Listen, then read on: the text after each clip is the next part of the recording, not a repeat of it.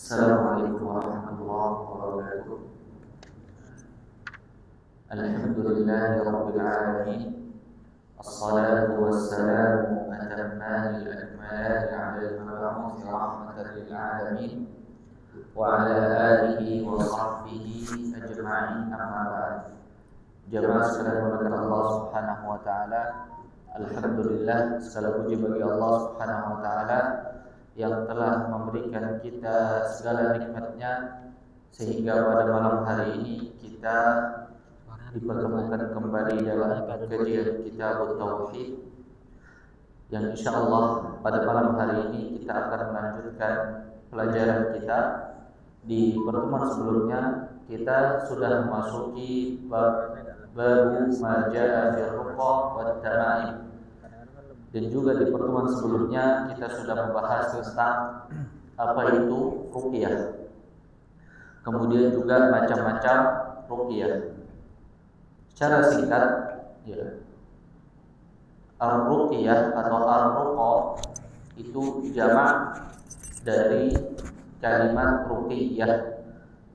Makna dari ar-ruqa adalah atau ruqyah, ya, al-ad'iyatu wal alfadhu tutla 'ala al-marid 'ala ala syakhsi as-sabiq, yaitu doa-doa atau lafaz-lafaz yang dibacakan kepada orang yang sakit atau kepada orang yang sehat yang membutuhkan untuk ruqyah. Itu adalah makna dari ruqyah. Kemudian ruqyah terbagi menjadi dua. Ada ruqyah syirkiyah, ada ruqyah syar'iyah. Ruqyah syirkiyah, ya, ruqyah syirkiyah itu terbagi lagi menjadi dua. Ini sudah kita tulis di papan tulis, ya. Jadi kita ulang secara singkat saja. Yang pertama adalah idza kanat mustamilatan ala ad'iyatin wa istighathatin syirkiyah, ya, maka apabila ruqyah mustamilah, yaitu ruqyah tersebut di dalamnya itu ada, ya, ad'iyah, itu doa-doa, dan istighatsah, ya, yang berbau kesyirikan, maka hukumnya adalah syirik akbar, syirik besar. Kemudian yang kedua, idza kana i'timadu, ya, au ta'alluqu kullahu birraqi au birruqiyah, ya, apabila hatinya itu bersandar kepada ruqyah itu sendiri atau orang yang meruqyah, maka hukumnya adalah syirik besar. Jadi ruqyah syirkiyah kita jelaskan kembali, ya, hukumnya terbagi menjadi dua, ya, ada syirik besar, ada syirik kecil. Syirik besar apabila, ya, di dalamnya ada doa-doa yang mengandung kesyirikan, atau, ya, ada semacam bentuk tata cara yang berbau kesyirikan, maka hukumnya adalah syirik besar. Seperti doa kepada kuburan, ya, kemudian meminta kepada ahli kubur agar supaya dihilangkan musibah dan lain sebagainya, maka itu adalah syirik besar. Kemudian yang kedua, apabila hati seorang orang yang meminta ruqyah tersebut, hatinya itu bersandar kepada orang yang meruqyah atau dengan ruqyah itu sendiri, maka itu syirik besar. Kemudian yang kedua adalah syirik kecil, ya, hukum ruqyah, ya, yang mana apabila orang melakukan ruqyah tersebut, ruqyah syirik, ya, tapi dia hukumnya syirik kecil. Syirik kecil itu kita sudah bahas bahwasannya orang yang melakukan itu tidak keluar dari Islam, akan tetapi itu termasuk dosa-dosa yang besar. Ya, contoh adalah apabila ruqyah tersebut dengan kalam ghairu mafhum, atau dengan kalam atau perkataan yang tidak dipahami, ya, maka itu termasuk syirik kecil. Kenapa? Karena, ya, syirik kecil itu adalah apa-apa yang akan mengantarkan kepada syirik besar. Kalau perkataan ketika seseorang meruqyah dan perkataan itu tidak dipahami, maka dikhawatirkan ada kalimat-kalimat atau doa-doa yang berbau syirik. Ya, maka yang hal tersebut akan mengantarkan kepada syirik besar. Oleh sebab itu para ulama menghukumi kalau ada orang yang meruqyah dengan kalimat-kalimat yang tidak bisa dipahami, maka hukumnya adalah syirik kecil. Kemudian yang kedua, ya, ada secercah sandaran atau hati atau ketergantungan kepada ruqyah itu sendiri atau orang yang meruqyah. Apabila ada rasa sedikit ketergantungan terhadap orang yang meruqyah, ya, atau dengan ruqyah, maka hukumnya syirik kecil. Nah, itu adalah ruqyah syirkiyah. Adapun ruqyah syar'iyyah, ya, yang pertama adalah ciri-cirinya yaitu doa-doa dari kitab, dari Al-Quran dan Sunnah, atau dengan kalam perkataan-perkataan yang mafhumul makna, yaitu ya yang bisa dipahami maknanya. Kemudian yang kedua, ya dengan bahasa Arab, ya dengan bahasa Arab. Kalaupun dengan selain bahasa Arab, apakah boleh? Boleh, asalkan dipahami maknanya. Kemudian yang ketiga, ya, tidak ada ya sandar kepada, ya, atau hati tersebut bersih dari bersandarnya kepada orang yang meruqyah atau terhadap ruqyah. Jadi bersandarnya hanya kepada Allah Subhanahu wa taala. Ya, maka itu disebut dengan ruqyah syar'iyyah. Adapun sifat ruqyah, ya itu yang pertama adalah dengan dengan an-nafas, yaitu tiupan, ya, tiupan. Yang kedua adalah atau dengan tiupan kemudian diludahkan sedikit, ya, di tempat yang sakit, ya. Kemudian juga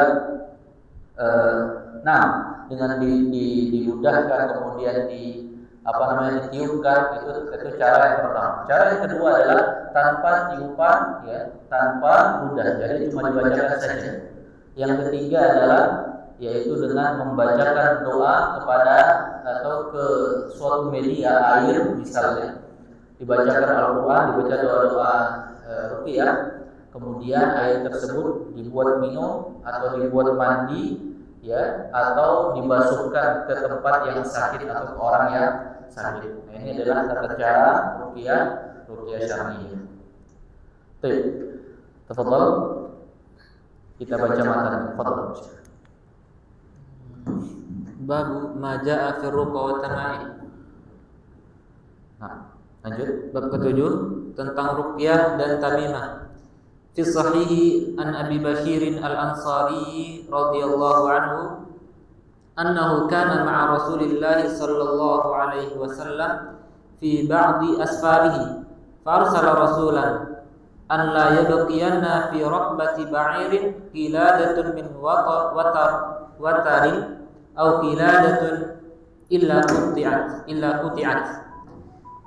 Diriwayatkan dalam as-sahih dari Abu Bashir al-Ansari radhiyallahu anhu, beliau berkata bahwa beliau pernah bersama Rasulullah sallallahu alaihi wasallam dalam salah satu perjalanan.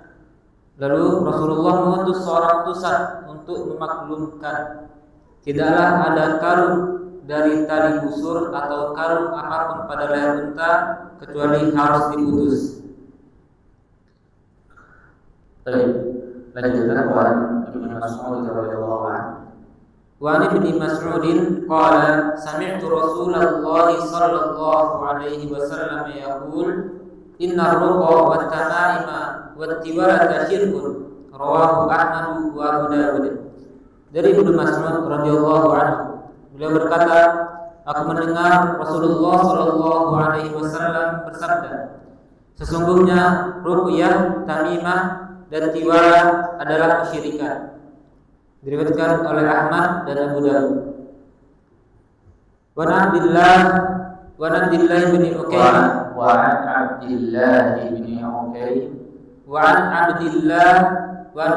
Abdillah bin Uqaym marfu'an man ta'allaqa syai'an wukila ilaihi, rawahu Ahmad wa Tirmidzi. Dari Abdullah bin Uqaym secara marfu', beliau berkata, barang siapa yang menggantungkan suatu benda dengan anggapan bahwa barang itu bermanfaat atau dapat melindungi dirinya, niscaya Allah menjadikan dia selalu bergantung pada benda tersebut. Barakallahu fiik. Al-muallif rahimahullah, beliau membawakan 3 hadis dari Nabi Muhammad SAW, yang mana ketiga hadis ini kembali kepada larangan seseorang untuk menjadikan ruqyah ataupun at-tamaim atau jimat-jimat sebagai sesuatu yang disandarkan, sebagai iktimat. Bahkan Nabi SAW menyebutkan bahwasanya ketika seseorang melakukan ruqyah atau menggantungkan tamaim itu seperti jimat-jimat atau tiwal, maka itu adalah bentuk kesyirikan. Jadi al-muallif rahimahullah ingin menjelaskan kepada kita bahwasanya di situ ada namanya ruqyah, ada namanya tamaim, yang mana hukum asalnya itu adalah bentuk kesyirikan dan dilarang oleh Allah Subhanahu wa taala. Maka nanti setelah ini beliau rahimahullah akan menjelaskan satu persatu apa itu ruqyah. Walaupun kita sudah jelaskan tentang apa itu ruqyah, tapi di kitab dijelaskan oleh al-muallif rahimahullah. Kemudian beliau akan juga menjelaskan tentang apa itu at-tamaim, kemudian juga at-tiwal. Fadhal. التمائم شيء يعلق على الأولاد عن العين، لكن إذا كان المعلق من القرآن فرخص فيه بعضهم وبعضهم لم يرخص فيه ويجعله في المنهي عنه منهم Ibnu Mas'ud. Tamimah adalah sesuatu yang dikalungkan pada leher anak-anak untuk menangkal ain. Namun apabila yang dikalungkan itu berupa ayat-ayat Al-Quran, sebagian salaf memberi keringanan dalam hal ini, tetapi sebagian lain tidak memperbolehkan dan menggolongkan hal itu sebagai larangan. Di antara mereka yang tidak memperbolehkan adalah Ibnu Mas'ud radhiyallahu anhu. Barakallahu fiik. Al-muallif rahimahullah, beliau menerangkan tentang makna at-tamaim, yaitu jimat-jimat. Beliau berkata syai'un mu'allaqu 'ala al-auladi min al-'ain. Sesuatu yang dikalungkan terhadap anak-anak digunakan untuk menangkal penyakit ain. Kemudian beliau menerangkan, lakin idza kana mu'allaq min al-Qur'an fa rakhasa fihi ba'du salaf. Akan tetapi apabila sesuatu yang digantungkan baik itu di leher atau di tempat yang lain, yang mana sesuatu tersebut dari ayat-ayat Al-Quran, maka sebagian salaf membolehkan yang memberikan rukhsah. Wa ba'dhum lam yurakhis fihi wa yaj'aluhu minal manhi anhu. Dan sebagian yang lain tidak memberikan keringanan, bahkan menjadikan sesuatu yang dilarang. Minhum, di antara mereka yang melarang hal tersebut adalah Ibnu Mas'ud radhiyallahu anhu. Insyaallah kita akan jelaskan. Jadi jamaah sekalian melakukan Allah, at-tamaim itu gampangnya adalah seperti jimat. Sesuatu yang digantungkan itu namanya at-tamaim. Yang biasanya dibuat kalung, kemudian ditulis ayat Al-Quran, kemudian dilipat-lipat, kemudian dijadikan suatu penangkal. Itu namanya apa? At-tamaim. At-tamaim. Di sini para ulama ada khilaf, apakah jimat yang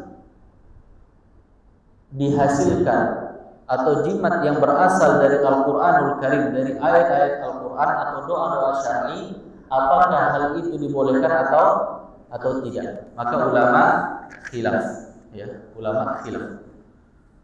Ini kita sebutkan khilafnya, sambil kita terangkan yang mana yang pendapat lebih kuat.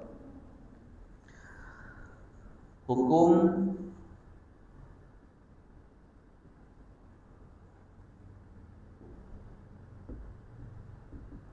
memakai jimat dari ayat-ayat Al-Quran. Hukum memakai jimat dari ayat-ayat Al-Quran. Yang pertama adalah ulama yang pertama mengatakan boleh, boleh dari ayat Al-Quran. Kalau selain dari ayat Al-Quran, jelas ittifaqul ulama tidak dibolehkan. Apalagi jimat-jimat yang semisal ada rajahnya atau tulisan-tulisan yang tidak dipahami seperti jim, kemudian alif, kemudian qaf, kemudian tulisan-tulisan yang tidak jelas, terus kemudian ada gambarnya dan lain sebagainya, biasa disebut dengan rajah, biasa seperti itu. Maknanya kita tidak tahu, kemudian hanya berisikan huruf-huruf Arab, maka itu tidak dibolehkan, dan jelas itu adalah at-tamaim yang dilarang oleh Nabi Muhammad SAW. Ulama ijma' sepakat itu tidak boleh, itu termasuk syirik, dan tidak bisa dijadikan sebab. Yang menjadi khilaf adalah apabila at-tamaim itu atau jimat tersebut berasal dari Al-Quran Al-Karim. Khilafnya gimana? Ada sebagian dalil yang dipahami bahwasannya boleh memakai jimat apabila berasal dari Al-Quran Al-Karim. Yang pertama, ulama mengatakan boleh.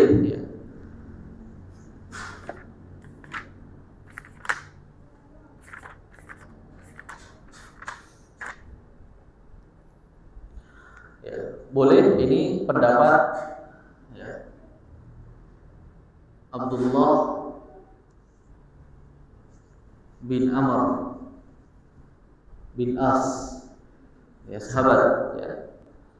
Kemudian juga Abu Ja'far Al-Baqir, Abu Ja'far Al-Baqir, kemudian juga salah satu riwayat dari Imam Ahmad. Apa dalilnya? Dalilnya adalah wa nunazzilu minal Qur'ani ma huwa shifaa. Itu surat Al-Isra ayat wa nunazzilu minal Qur'an. Ada berapa sih? Wa nunazzilu minal Qur'ani ma huwa shifaa. Wa nunazzilu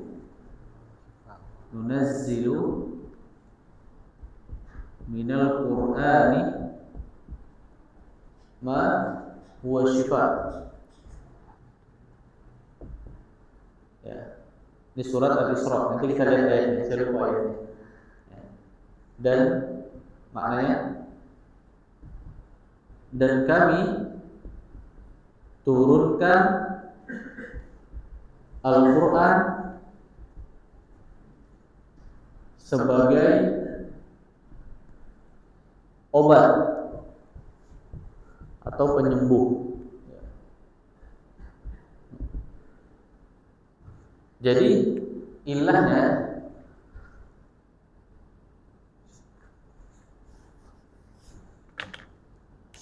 ini dalil dalilnya.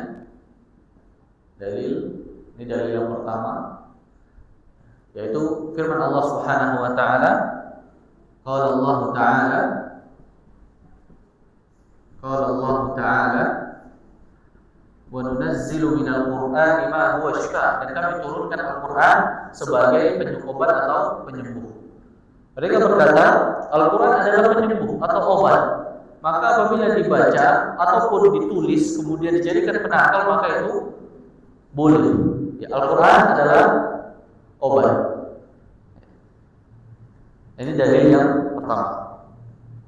Dalil yang kedua adalah Nabi sallallahu alaihi wasallam bersabda, "A'udzu bikalimatillahi tammah min syarri ma khalaq."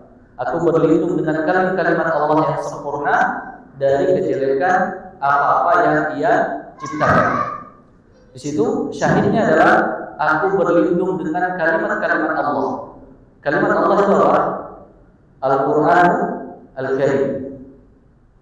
Ya, jadi kalau misalnya dia jadikan Al-Quran itu sebagai pelindung, dia kalungkan, maka itu dibolehkan. Ingat, ini pendapat pertama. Ya, kita menjelaskan khilaf. Baik.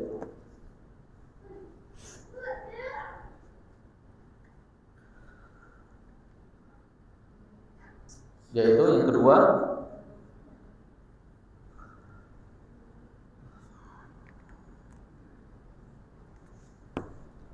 qaulu an-nabi sallallahu alaihi wasallam, a'udzu bi kalimatillah at-tammah min syarri ma khalaq. Aku berlindung dengan kalimat-kalimat Allah. Aku berlindung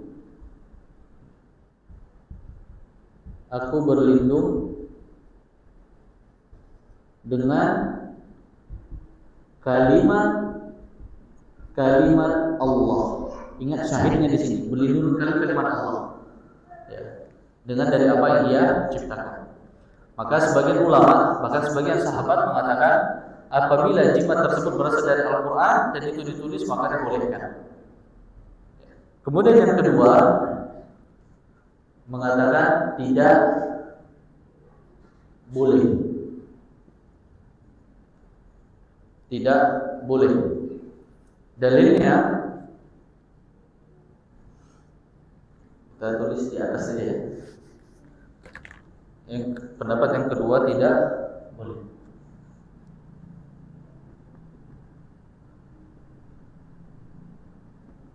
Dalilnya sabda Nabi Muhammad SAW, Inna ruqa wat-tama'ima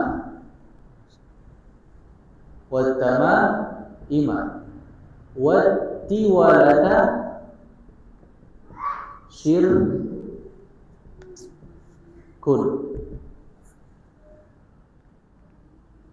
Sabda Nabi Muhammad SAW, sesungguhnya ruqyah, jimat, tiwalah itu pelet ya. Pelet adalah kesyirikan.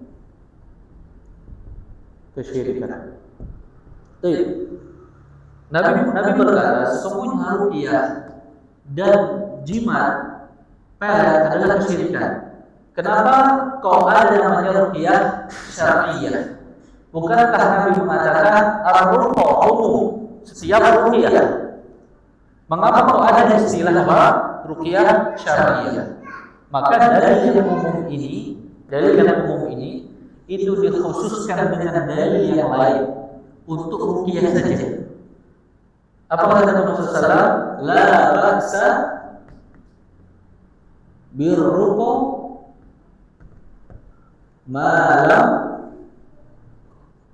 malam takun syirkan. Tidak masalah dengan ruqyah apabila tidak mengandung kesyirikan. Dari yang umum masalah ruqyah, Nabi melarang ruqyah. Ya, dengan sabdanya, sesungguhnya ruqyah dan jimat dan pelet adalah kesyirikan. Khusus ruqyah ada dalil yang lain. Apa dalilnya? Sabda Nabi Muhammad SAW, la ba'sa birruqa, la ba'sa. Kalau antum sering baca dalam bahasa Arab, la ba'sa. Itu maknanya apa? Enggak masalah. Ya. La ba'sa birruqa, tidak ada masalah dengan ruqyah malam takun syirkan, selama tidak mengandung kesyirikan. Jadi ruqyah clear. Ada ruqyah syirkiyah, ada ruqyah syar'iyyah. Dalilnya jelas. Ya, dalilnya jelas. Kemudian tinggal at-tama'im. Ada tidak dalil tentang jimat yang jelas yang mengkhususkan bahwasanya jimat itu dibolehkan dari Al-Quran? Jawabannya tidak ada. Adapun dalil yang ini namanya istinbat, istihad, ya, dengan keumuman ayat, dan mereka menyimpulkan bolehnya memakai jimat. Akan tapi dalam ayat ini kemudian sabda Nabi itu tidak menjelaskan tentang bolehnya tidak menjelaskan secara jelas bolehnya memakai jimat dari Al-Quran. Maka ulama yang kedua mengatakan tidak boleh. Dalilnya mana? Keumuman dari dalil ini. Bahwasanya Nabi mengatakan seluruh tanaim, seluruh jimat. Ya. Kemudian juga tiwal, tiwal itu pelet, seluruh pelet. Jadi nggak ada namanya pelet syar'iyah karena tidak ada dalilnya. Paham insyaallah? Ya, ini dalil yang pertama. Dalil yang kedua, saddud dzari'ah.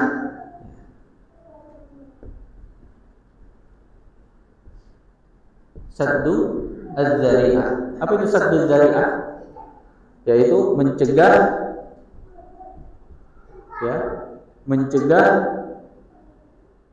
kemungkaran.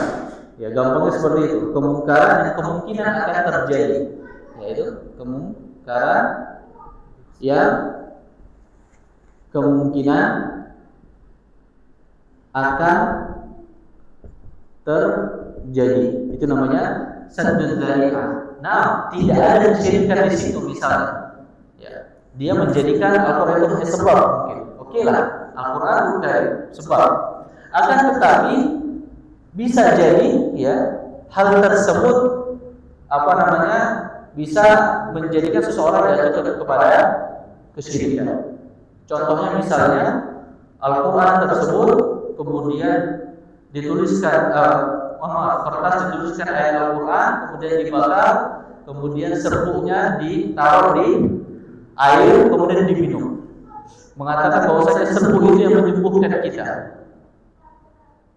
Ya. Serbuk itu yang menyembuhkan, abu itu yang menyembuhkan kita. Ya, jadi untuk mencegah hal-hal yang berbau kesyirikan secara mutlak maka tidak boleh. Dalil yang kedua adalah saddud dzari'ah.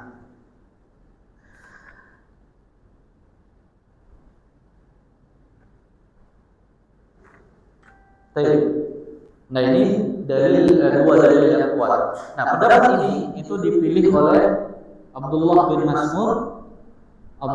bin Mas'ud, ya, sahabat yang mulia radhiyallahu anhu. Ya, kemudian jumhur as-sahabah, ya, yaitu mayoritas sahabat.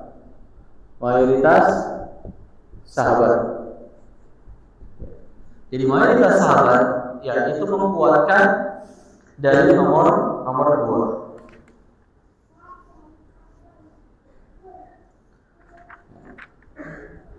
Yang mana pendapat yang paling rajih, dan ini pendapat yang dipilih oleh Syekh Al-Albani, Syekh bin Baz, Syekh Mu'taidi, bahkan ulama-ulama mutaqaddimin, ulama terdahulu dan ulama yang mutaakhir yang datang belakangan. Maka kita simpulkan pendapat yang lebih kuat dalam masalah ini adalah pendapat nomor 2. Kenapa? Karena pertama banyak ulama yang mengatakan dan dalilnya lebih jelas. Ya, sedangkan dalil yang pertama itu dari Al-Quran bukan, akan tetapi masih banyak kemungkinan ijtihad yang lain. Sedangkan dalil yang kedua jelas, ya, bahwasanya Nabi SAW tidak mengecualikan ada at-tama'im atau ada jimat-jimat yang dibolehkan. Ya, kalau ruqyah jelas ada dalil yang lain, sedangkan at-tama'im, jimat dan tiwal yaitu pelet tidak ada dalil yang lain yang mengkhususkan dalil yang pertama. Maka ketika tidak ada dalil yang mengkhususkan, kita kembalikan dalil yang umum. Kata Nabi sallallahu inna ruqa wat tama'ima wat tiwalata syirkun. Sampai sini dipahami insyaallah. Jadi boleh enggak pakai jimat dari Al-Qur'an? Tidak boleh. Nanti kalau ada yang tanya, ini kan Al-Qur'an tadi, masa enggak boleh? Antum jelaskan. Nah, ada khilaf. Jangan bilang enggak boleh, haram, syirik, enggak ilmiah.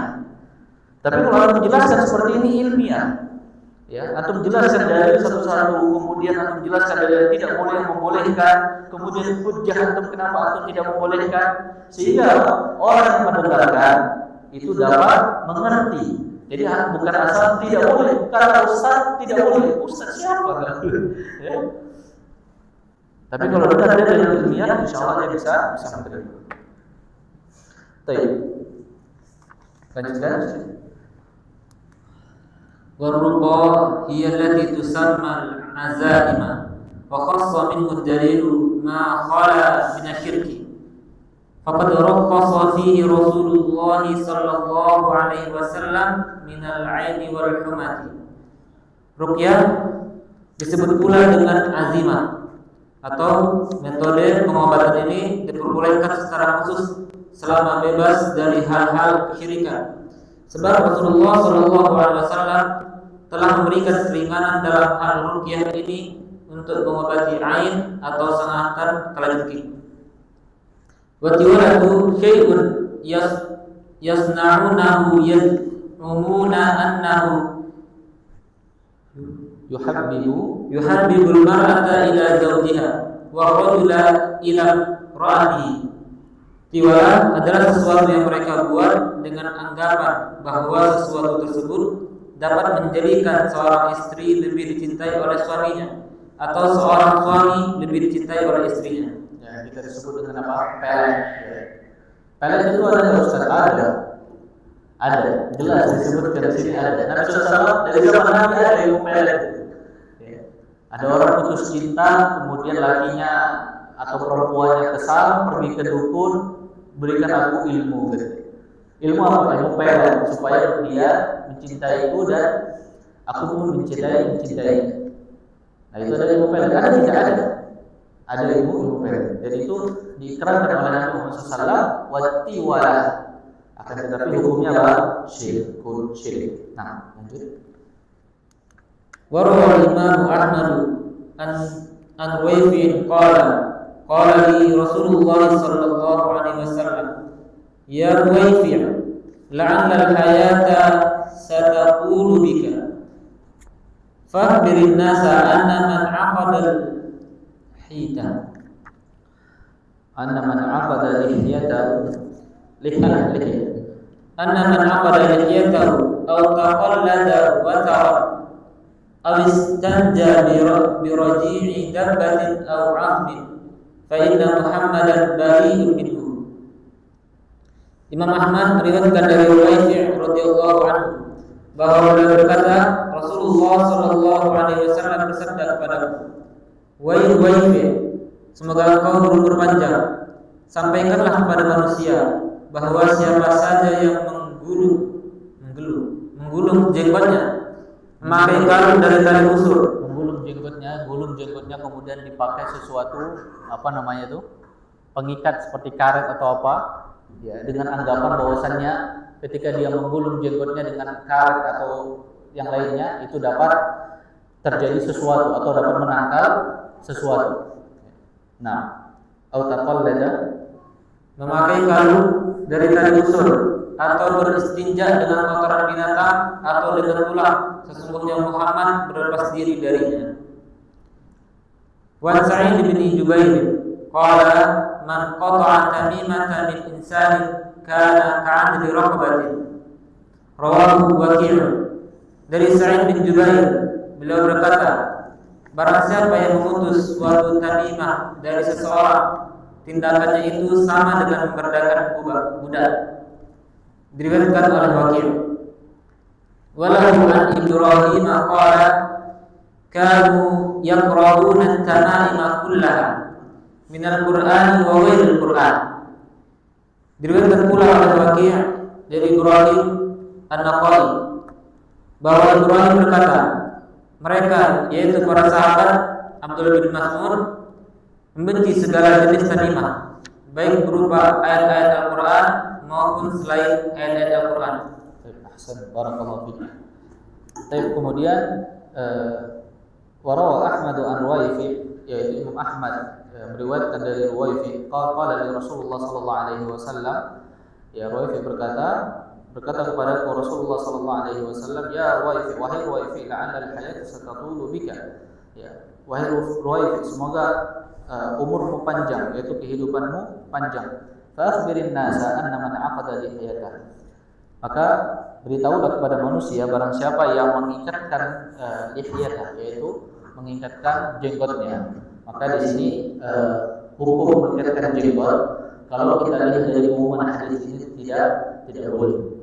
Ya, sebagian orang jenggotnya lebat, kemudian dikumpul ikan. Allah Allah tujuannya apa? Kalau tujuannya bisa menangkal mudarat atau memberikan manfaat, maka itu termasuk syirik kecil.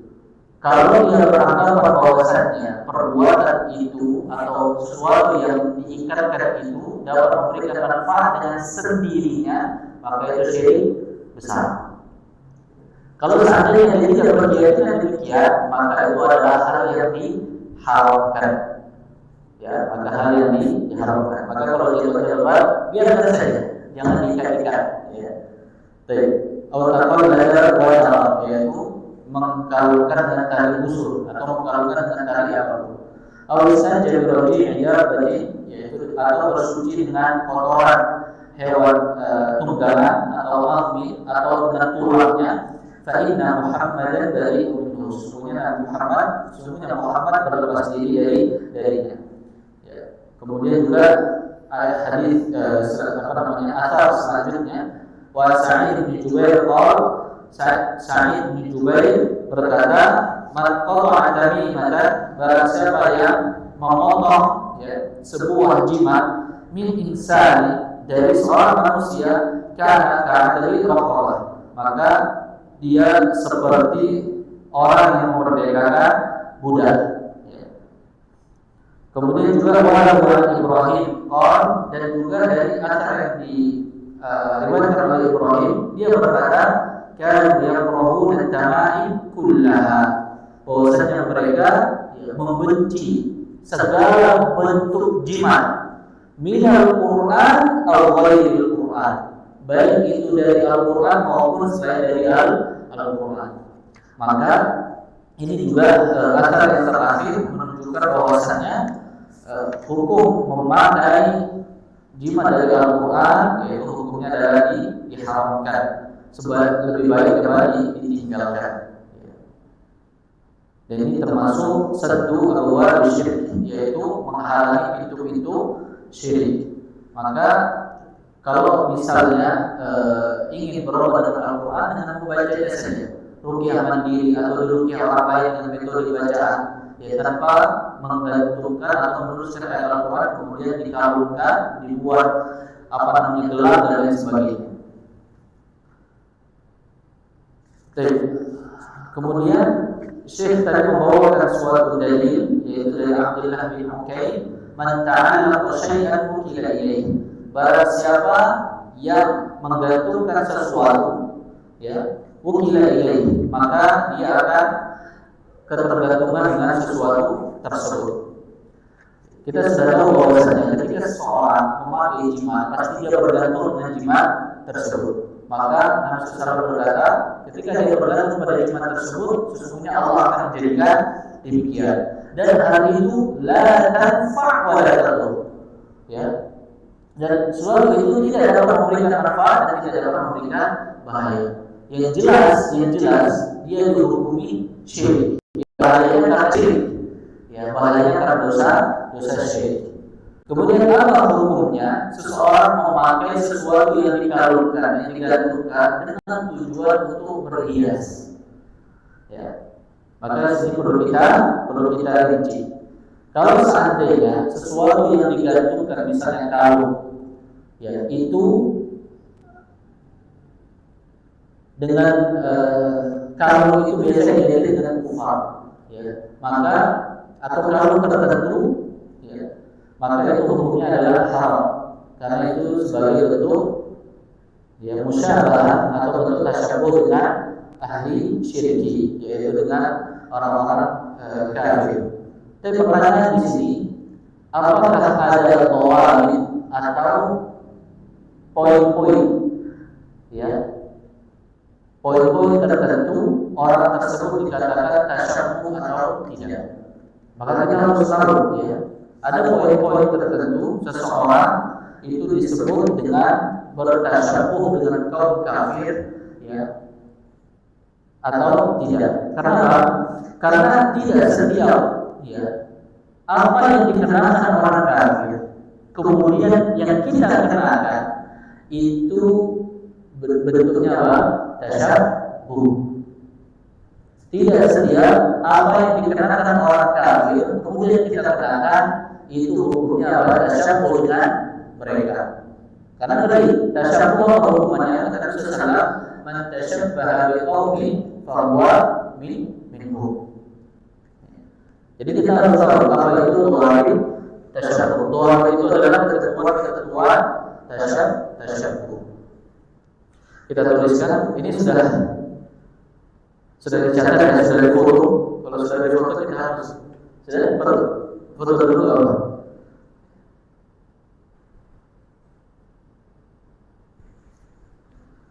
Difoto sebagai bahan murojaah.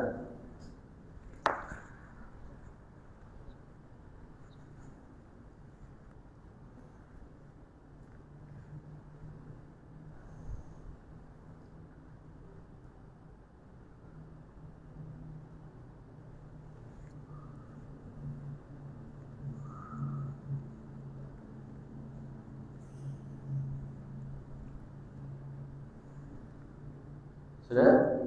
Baik, kita hapus, ya.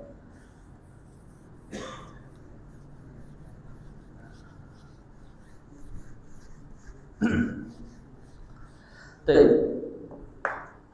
Ketentuan tasyabbuh. Ketentuan tasyabbuh.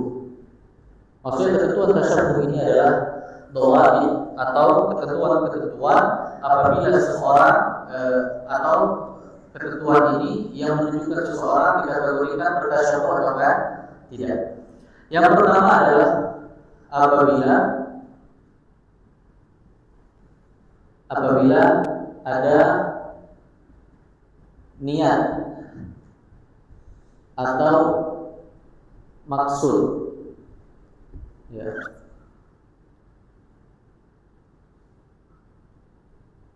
memakai sesuatu, yang memakai atau menggunakan sesuatu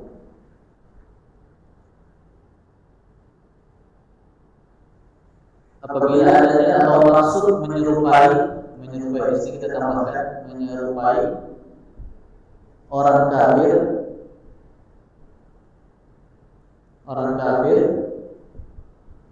ya, dalam memakai sesuatu atau melakukan sesuatu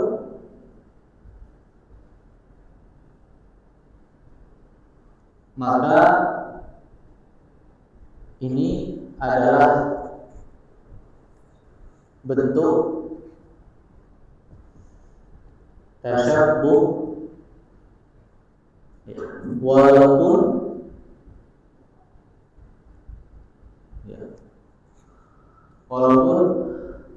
hal tersebut bukan menjadi kekhususan bagi mereka. Hal yang pertama, apabila ada niat atau maksud menyerupai orang kafir dalam memakai sesuatu atau melakukan sesuatu, maka ini adalah bentuk tasyabbuh, walaupun hal tersebut bukan menjadi kekhususan bagi mereka. Contoh, saya memiliki idola, misal Ronaldo memakai sepatu merek ABC misalnya, atau merek A misalnya. Kemudian karena Ronaldo memakai merek A, maka dia cari merek tersebut kemudian dia pakai. Ya. Pertanyaannya, apakah sesuatu tersebut menjadi kekhususan bagi Ronaldo? Tidak, karena banyak yang pakai merek itu. Orang muslim pun pakai, jadi bukan menjadi khusus bagi mereka. Maka apabila hal tersebut dia lakukan, dia pakai sepatu tersebut karena adanya niat atau maksud menyerupai orang kafir, maka dia telah bertasyabbuh. Walaupun hal tersebut, sesuatu tersebut atau perilaku tersebut bukan menjadi kekhususan bagi orang kafir.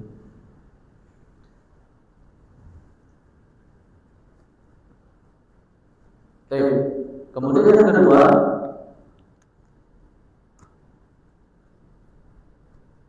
apabila sesuatu tersebut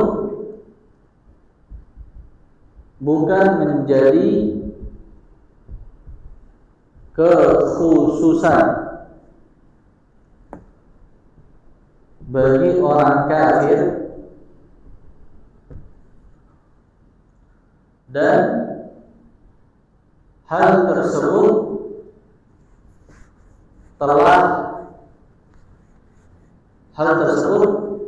dibutuhkan, ya, atau biasa dilakukan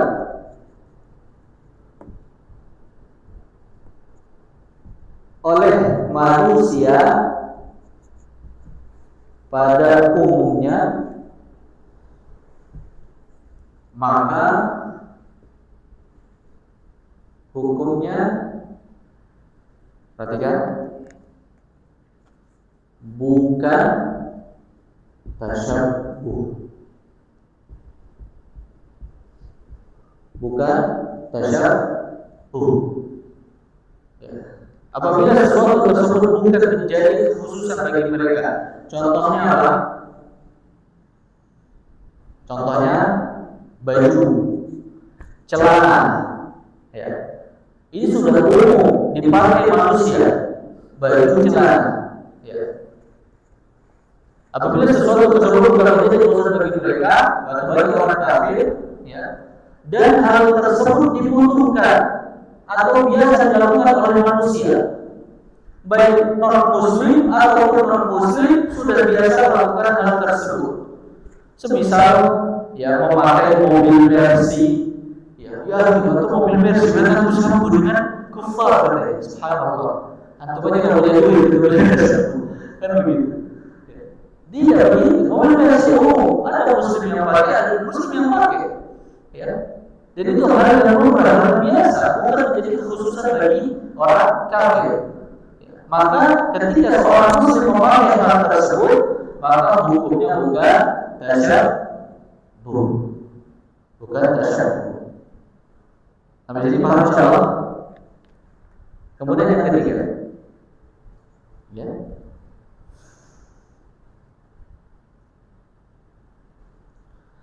apabila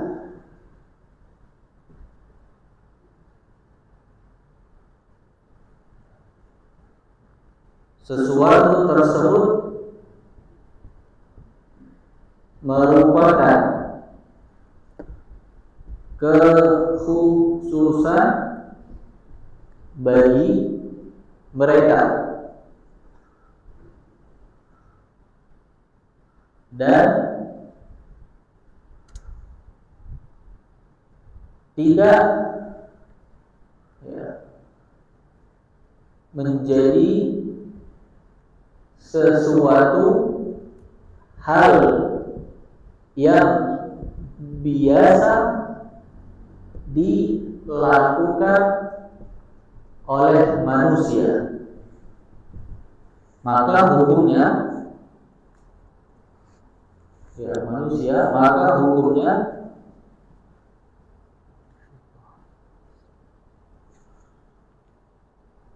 tasyabbuh. Contohnya memakai kalung salib. Memakai kalung salib. Kita ulangi, apabila sesuatu tersebut merupakan kekhususan bagi mereka, dan tidak menjadi, dan sesuatu tersebut tidak menjadi sesuatu atau hal yang biasa dilakukan, maka ketika kita melakukan hal tersebut berarti kita sudah bertasyabbuh. Contoh kalung salib. Kalau salib itu orang itu menjadikan khususan bagi umat Kristiani. Nggak ada orang Islam pakai salib, nggak ada. Kemudian hal yang dilakukan mereka itu bukan hal yang biasa dilakukan manusia pada umumnya. Tidak semua manusia pakai salib. Bahkan orang yang pakai salib dilihat. Maka apabila seorang muslim melakukan hal tersebut, maka dia bertasyabbuh. Yang kedua, atau tahu pencinya orang Yahudi yang ada dia pakai songkok juga, kemudian ada tali di sini, Biasanya orang Yahudi yang bisa di internet banyak orang Yahudi. Kita masukkan kepada ayat ini. Apabila sesuatu tersebut bukan khusus bagi mereka. Nah, kita lihat umat agama yang lain tidak pakai seperti mereka yang ada talinya. Itu orang Yahudi menjadi identik atau status bagi mereka. Mereka ingin menunjukkan mereka adalah Yahudi. Kemudian hal yang mereka lakukan itu tidak biasa, tidak menjadi suatu hal yang biasa dilakukan oleh manusia. Maka apabila kita melakukan hal tersebut, walaupun tidak niat atau bermaksud tasyabbuh, kita telah melakukan apa? Tasyabbuh. Mafhum ya? Bisa dipahami kaidah ini? Ketika antum memahami kaidah ini, insya Allah antum tidak bergampang-gampang menjustis orang antum tasyabbuh atau tidak. Mafhum ya? Baik. Sedikit lagi, ini agak panjang sedikit. Karena ingin menuntaskan tentang kaidah tasyabbuh dan juga kaidah bid'ah. Kenapa? Sebagian kaum muslimin memakai, jelas. Kalau misalnya tadi sudah kita terangkan, memakai kalung dengan tujuan zina. Zina itu bukan zina, tidak. Dengan tujuan berhias. Kalau kalungnya itu, kita contohkan. Kalau kalung, apabila dia ada niat atau maksud menyerupai orang kafir dalam memakai kalung. Dalam kasus ini kita sudah sepakat dia tidak ada niat tertentu, artinya dia tidak menganggap bahwasannya kalung tersebut dapat memberikan manfaat atau mudarat atau menjadi sebab. Dia hanya memakai kalung tersebut. Maka hukumnya kita rinci. Apabila dia memakai kalung tersebut dengan adanya niat atau maksud menyerupai orang kafir, dan sesuatu tersebut bukan menjadi kekhususan bagi mereka, maka hukumnya adalah tasyabbuh. Kemudian yang kedua, apabila orang tersebut memakai kalung, apakah kalung menjadi kekhususan bagi orang kafir? Jawabannya apa? Tidak. Dan itu biasa dilakukan. Mungkin kalung yang biasa yang tidak ada identik dengan mereka, maka hukumnya bukan tasyabbuh. Jadi selama apabila itu bukan menjadi kekhususan dan itu dibutuhkan atau biasa dilakukan oleh manusia, maka itu bukan tasyabbuh. Kemudian yang ketiga, apabila sesuatu tersebut kita aplikasikan dalam kalung, apabila sesuatu tersebut merupakan khususan bagi mereka, kalau ada salibnya, dan tidak menjadi sesuatu yang biasa dilakukan oleh manusia. Nah, kalau ada salib ini tidak biasa orang pakai, maka hukumnya adalah tasyabbuh. Maka tergantung niatnya. Maka kalau dia tasyabbuh hukumnya haram.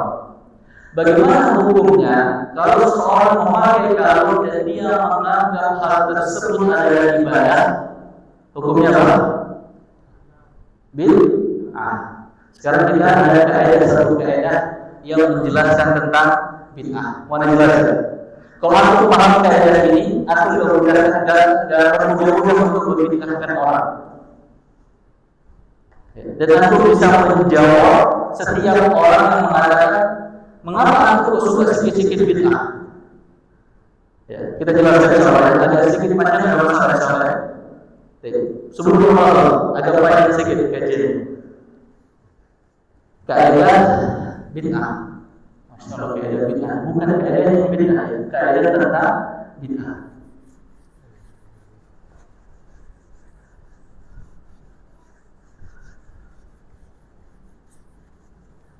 Dan kaidah ini masya Allah ya, kalau aku paham, insya Allah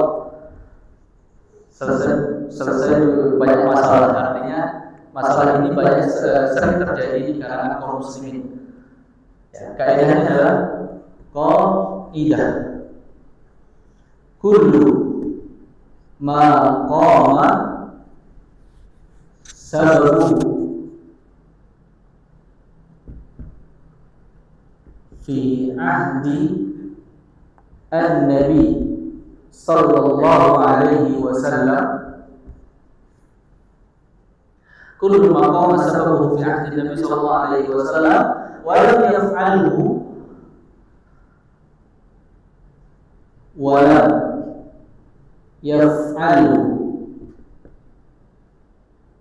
wala mani'a li fi'lihi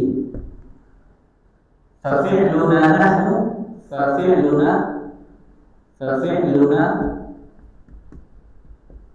nahnu min ba'dihi bid'atun. Ya. Kullu ma qama sababuhu fi ahdi Nabi sallallahu alaihi wasallam. Setiap sesuatu yang tegak atau ada sebabnya di zaman Nabi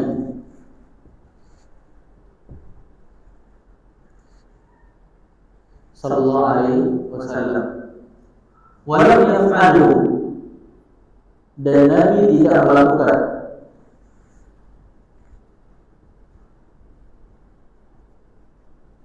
wala mani'a li fi'lihi, dan tidak ada halangan bagi Nabi untuk melakukan. Fafi'luna, maka perilaku kita sepeninggal beliau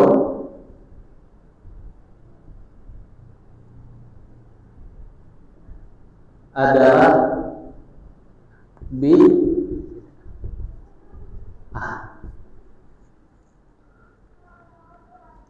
Kullu ma sababu, setiap sesuatu yang tegak atau ada sebabnya di zaman Nabi Muhammad sallallahu alaihi wasallam.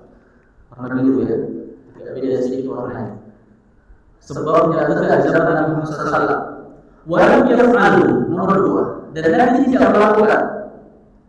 Sebabnya adalah Nabi tidak melakukan. Wala mani'a li fi'lihi, dan tidak ada halangan bagi Nabi untuk melakukan. Maka kalau perilaku kita ini tidak terjaga setelah beliau meninggal adalah bid'ah. Contoh apa? Tahlilan.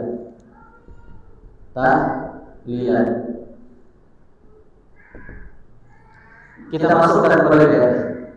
Setiap sesuatu yang tegak atau ada sebabnya di zaman Nabi Muhammad SAW. Tahlilan ini sebabnya apa? Orang meninggal. Tahlilan sebabnya apa? Orang meninggal. Di zaman Nabi ada orang meninggal. Kalau ada yang bilang ada berarti dia tidak pernah baca sejarah, gitu aja. Ya. Berarti nggak pernah sekolah, kan gitu. Ya. Ada, ya. Oke, yang pertama clear. Ya, ini ada 3 kaidah. 1, 2, 3. Kaidah pertama clear. Ada sebabnya. Walam yaf'alhu. Adakah Nabi melakukan tahlilan? Tidak ada. Ya, oke, tidak ada. Betul, tidak ada. Wala mana al-fi'li. Adakah yang menghalangi Nabi untuk melakukan tahlilan? Mampu enggak Nabi untuk melakukan tahlilan? Mampu enggak? Ada yang jawab mampu? Nabi tidak mampu tahlilan. Masuk Indonesia enggak kira-kira? Masuk enggak? Nabi orang kita Indonesia ini bisa orang. Ya. Mampu. Ada yang menghalangi Nabi untuk melakukan tahlilan? Jawabannya tidak ada. Fa'ilul maka perilaku kita sepeninggal beliau adalah di apa ya? Sekarang pesawat terbang.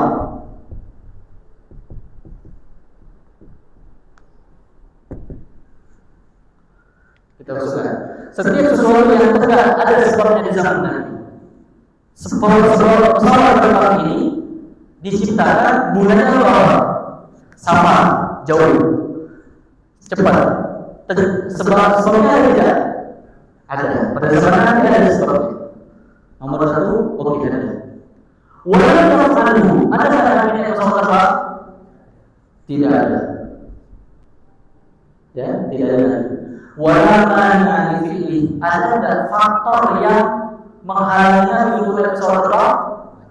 Ada. Belum ada sesuatu pada zaman Nabi. Maka tidak jadi bid'ah. Harus ditarik jadi gerakkan sedikit. Ya. Contoh lagi.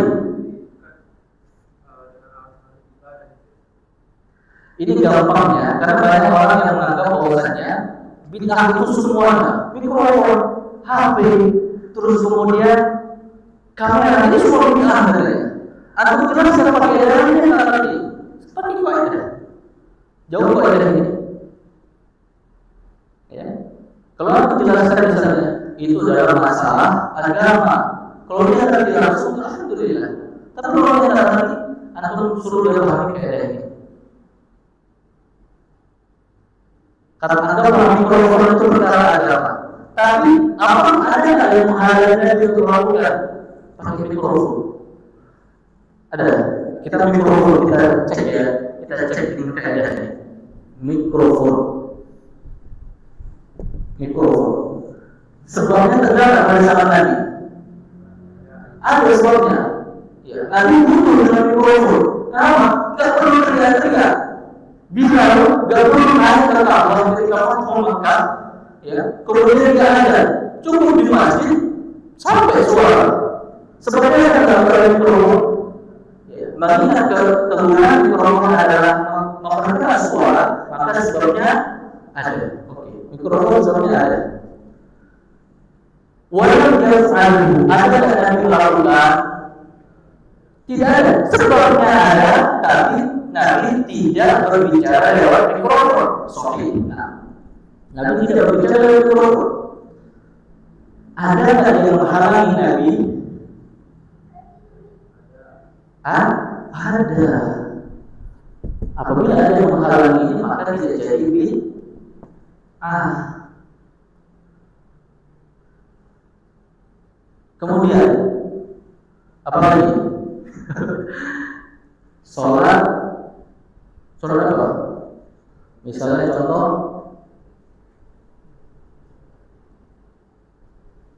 sholat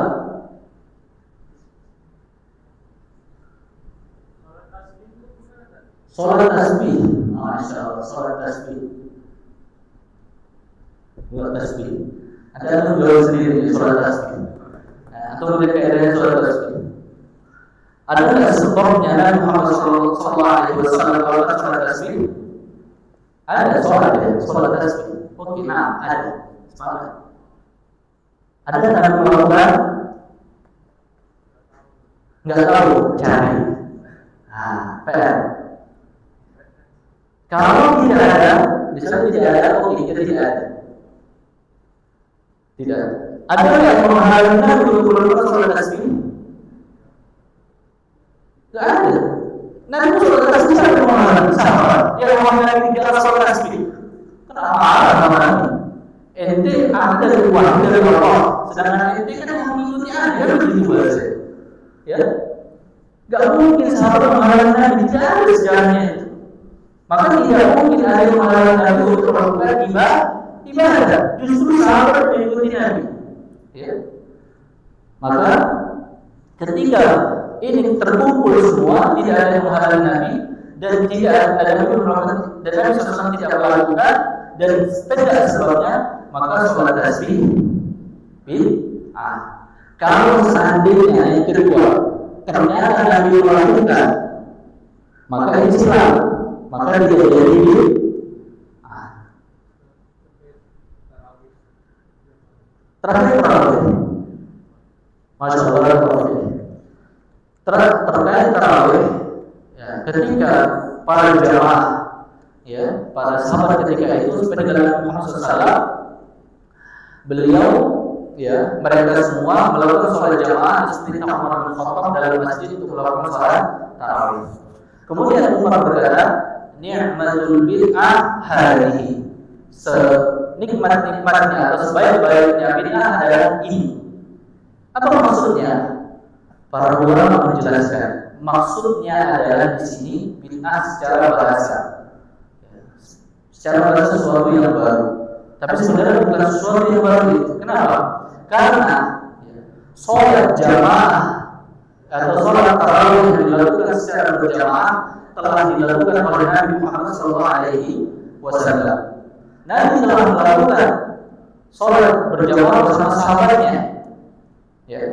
Kemudian ketika para ulama beliau sholat berjamaah bersama para sahabatnya, beliau mengurungkan niat untuk keluar dari rumah. Sebenarnya apa? Khasyatan an tufrada alaikum. Beliau khawatir sholat berjamaah atau sholat tarawih secara berjamaah itu diwajibkan. Ketika beliau meninggal, tidak akan mungkin diwajibkan sholat tarawih karena Nabi meninggal.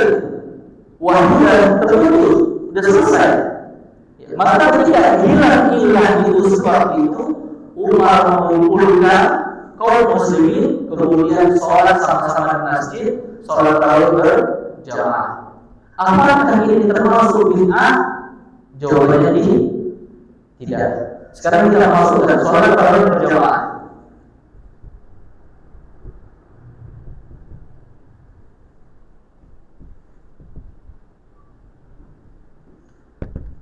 Sebabnya ada pada zaman Nabi Muhammad SAW ada. Apakah Nabi melakukan? Nabi melakukan, walaupun hanya beberapa malam. Apakah ada yang menghalangi Nabi untuk melakukan hal tersebut? Apa?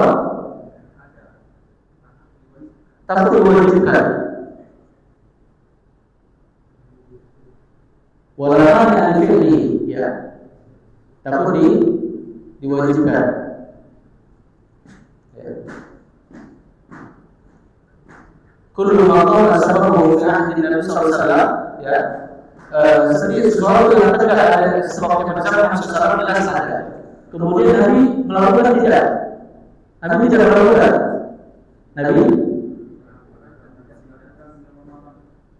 Nabi melakukan tidak? Melakukan beberapa malam. Sila. Ada yang mencegah Muhammad SAW untuk melakukan? Ada. Bid'ah ada. Bid'ah ada. Bid'ah ada. Kalau bid'ah ada itu semua. Bid'ah ada apa? Lah. Kita ulangi. Ini keadaan yang berapa tahun lalu ini, keadaan dari dosen kami, Syekh Dr. Faisal Al-Afi. Beliau membuat keadaan, ya Allah, beliau harus tuliskan di kitab. Ya, sampai sekarang kita alhamdulillah masih lengkap, ya. karena sangat bermanfaat sekali. Baik. Sholat berjamaah, apakah sebabnya ada bersama Nabi Muhammad SAW? Ada. Checklist ada sebabnya. Di sini tulisannya Nabi tidak melakukan. Apakah Nabi melakukan? Melakukan. Berarti ini tulisan Nabi tidak melakukan. Apakah Nabi melakukan? Melakukan. Kalau Nabi melakukan berarti silap. Ya. Tidak ada halangan bagi Nabi Muhammad SAW untuk melakukan. Apakah sholat tarawih berjamaah ada halangan yang menghalangi Nabi untuk melakukannya? Ada. Apa halangannya? Takut diwajibkan, berarti silap. Kalau ada silapnya berarti tidak bid'ah.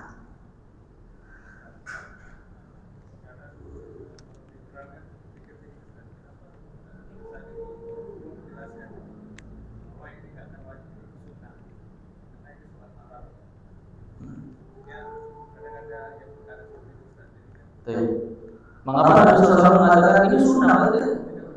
Tidak menjelaskan. Ketika Allah sudah mewajibkan sesuatu, apa yang harus dilakukan oleh Nabi Muhammad SAW? Sami'na wa ata'na. Bisa Allah mengatakan wajib, kemudian Nabi mengatakan tidak, ini sunnah saja oleh Allah? Bisa tidak? Tidak bisa. Makanya Nabi menentukan sebab. Saya khawatir Allah akan mewajibkan itu kepada kalian. Kalau Allah setelah mewajibkan, saya tidak bisa digolongi. Tuhan mewajibkan, saya harus menyampaikan. Ma'ala Rasul illa balagh.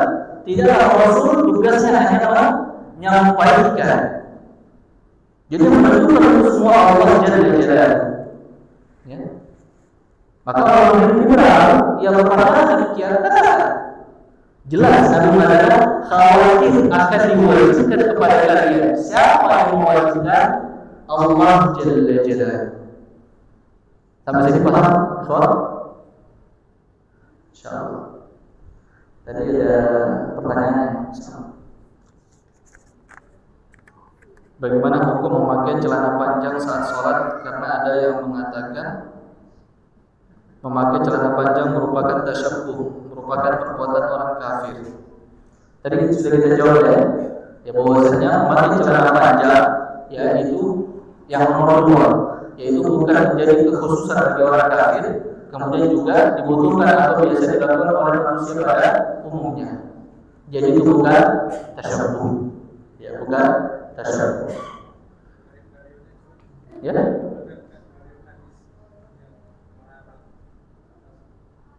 Melarang dari memakai celana panjang. Nah, ada dalilnya tapi ketika ihram. Kata Nabi SAW, la talbasul qamisa wa as-sarawilat. Janganlah kalian memakai qamis itu baju, was-sarawilat dan celana-celana. Ya, sirwal ya. Itu bahasa namanya artinya celana panjang, celana sirwal. Ya. Jamaknya sarawilat, celana-celana. Ada larangan memakai celana panjang ketika ihram. Selain ihram boleh, ada masalah. Maka dalam perkara muamalah, dalam perkara keseharian, hukum asalnya adalah mubah. Hukum asalnya mubah. Sampai ada dalil yang melarang. Berbeda dengan ibadah. Hukum asalnya adalah dilarang. Kata Rasulullah, man ahdatsa fi amrina hadzal. Jelas, kita bisa dengar dari ini. Barang siapa yang mengadakan dalam perkara agama, bukan perkara keseharian itu, pergaulan itu dan sebagainya, perkara agama, mana bisa minhu dan tidak ada dasarnya, fahuwa maka dia ada tertolak. Ini perkara agama. Tapi dalam perkara amalia keseharian, antum memakai celana levis, ya boleh atau tidak? Hukum asalnya boleh. Adakah dalilnya? Jangan antum tanya dalilnya, karena itu adalah masalah amalia, maksudnya masalah muamalah, bukan amalia, masalah muamalah, masalah keseharian. Jadi boleh antum memakai celana apapun. Ya, Yang tidak dibolehkan apa?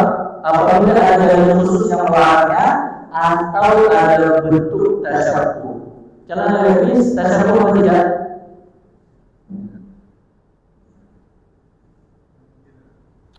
Celana jin. Levis itu merek ya? Celana jin. Celana jin. Kenapa disebut celana jin? Jin pakai itu gimana? Bahannya jin. Oh, ada bahan jin. Karena Allah nggak tahu kan? Jins, bukan jins. Oke, jins ya, sepakat jins. Nah, ketika kita sudah sepakat hukum asal yang boleh, pertanyaannya, dia bisa tidak menjadi halal? Nah, bisa. Ya. Sebabnya apa?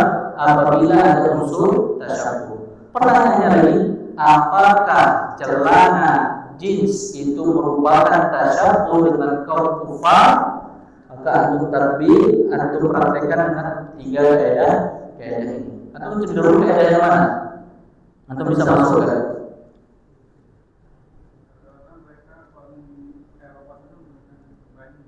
Jeans.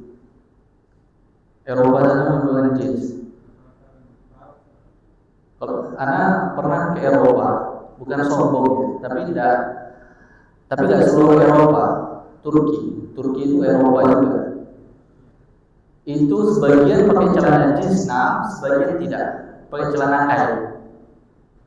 Kalau kita mengatakan itu adalah kekhususan orang Eropa berarti non muslim semua. Itu pertanyaannya, apakah non muslim semua? Jawabannya tidak. Yang kedua, ya, berarti ketika kita memakai orang Eropa memakai demikian, kemudian haram, kemudian tersebut Eropa haram. Kira-kira gimana menurut Anda? Kita tersebut dengan Eropa haram. Dunia barat. Baik. Kita balikan dunia barat. Kita bertasyabuh, bukan misalnya ada orang dunia barat memakai demikian kemudian kita ikuti. Apakah mutlak haram? Jawabannya tidak. Kita lihat dulu apa yang dipakai mereka. Tapi bisa jauh celana jeans tadi.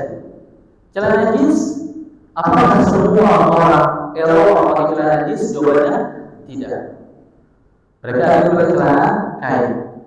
Kalau kita menghubungi gara-gara mereka pakai celana jeans haram, tasyabuh, berarti memakai celana kain adalah tasyabuh. Tapi celana kain semua kan? Tasyabuh.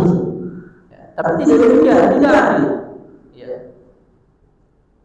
Maka kita tasyabuh tidak. Ya. Merupakan kekhususan bagi mereka tidak?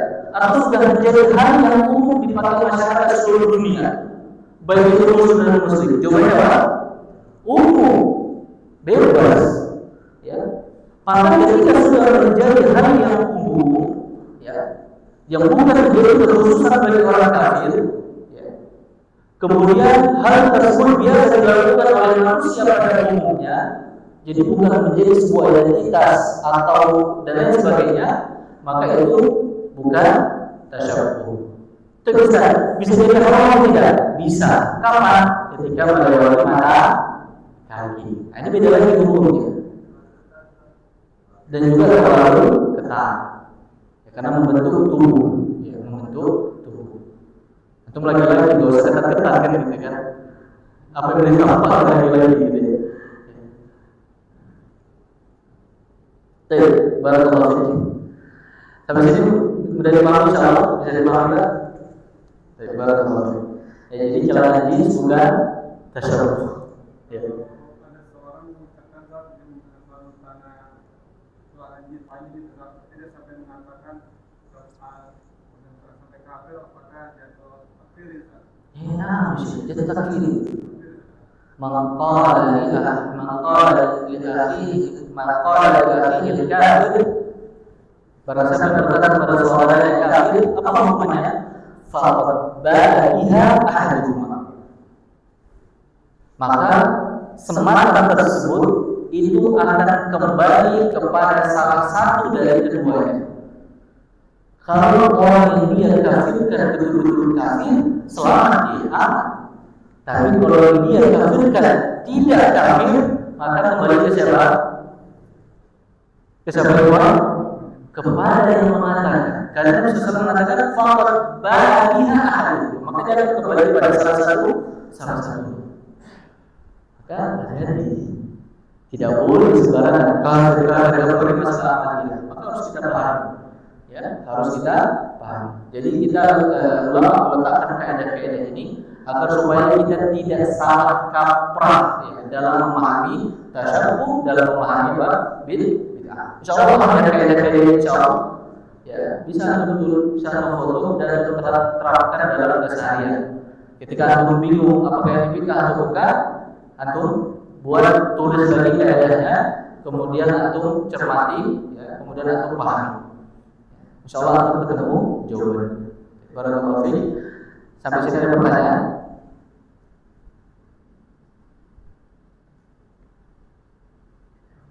Jelas semua insyaallah ya. Baik, barakallahu fikum. Mudah-mudahan yang sedikit ini bermanfaat. Kurang lebihnya kami mohon maaf. Kita tutup dengan doa kafaratul majelis. Subhanallah wa bihamdika asyhadu an la ilaha illa anta astaghfiruka wa atubu ilaik. Assalamualaikum warahmatullahi wabarakatuh.